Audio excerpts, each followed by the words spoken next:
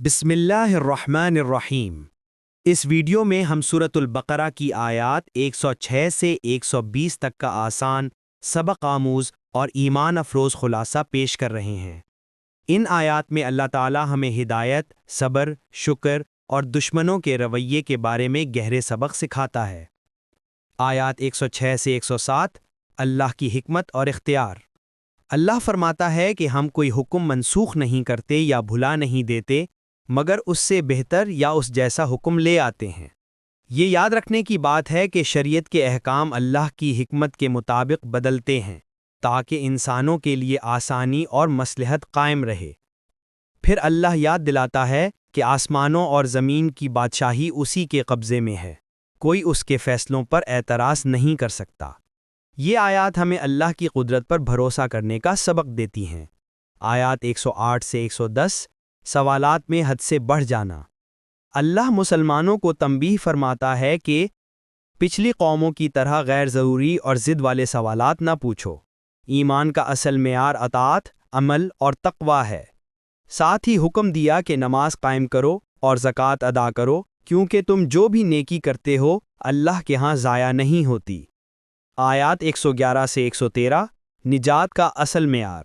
یہودی اور عیسائی دونوں دعویٰ کرتے تھے کہ صرف وہی جنت میں جائیں گے۔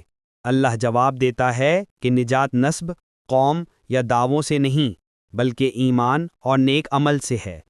پھر اللہ فرماتا ہے کہ وہ لوگ ایک دوسرے کو بھی غلط کہتے ہیں، حالانکہ سب کے پاس اللہ کی کتابیں موجود تھیں۔ یہ ایک بڑی نصیحت ہے کہ فرقوں اور قومیت کے دعووں میں پڑھنے کے بجائے قرآن کی پیروی کی جائے۔ آیات 114 سے 118، حق کو روکنے والے لوگ۔ اللہ ان لوگوں کی سخت مذمت کرتا ہے جو اللہ کی مسجدوں میں عبادت سے روکتے ہیں یا انہیں ویران کرنے کی کوشش کرتے ہیں۔ ایسے لوگوں کے لیے دنیا میں رسوائی اور آخرت میں بڑا عذاب ہے۔ پھر فرمایا کہ مشرق اور مغرب سب اللہ کے ہیں، لہٰذا جہاں بھی رخ کرو اللہ کا ہی سامنا ہے۔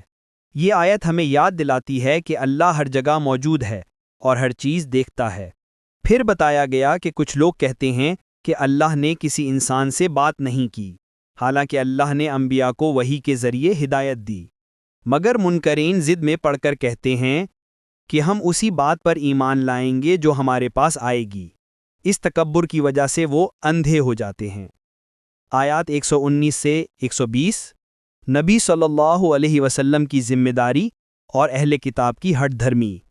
اللہ نبی صلی اللہ علیہ وسلم کو فرماتا ہے کہ ہم نے آپ کو خوشخبری دینے والا اور ڈرانے والا بنا کر بھیجا ہے، آپ پر ان لوگوں کو ہدایت دینا لازم نہیں ہے۔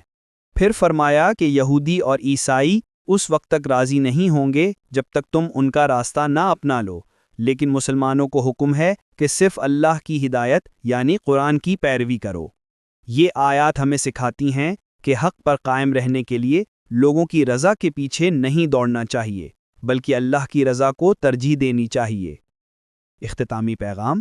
ان آیات کا خلاصہ یہ ہے کہ اللہ کی حکمت کامل ہے، ہدایت اور نجات صرف ایمان اور نیک اعمال سے ہے۔ اختلافات اور تعصب چھوڑ کر قرآن کی طرف رجوع کرو، اللہ کی رضا کو لوگوں کی رضا پر مقدم رکھو۔ نماز، زکوٰۃ اور تقوی ہی اصل راستہ ہے۔ اللہ ہمیں قرآن کو سمجھنے، اس سے محبت کرنے اور اس پر عمل کرنے کی توفیق عطا فرمائے۔ آمین۔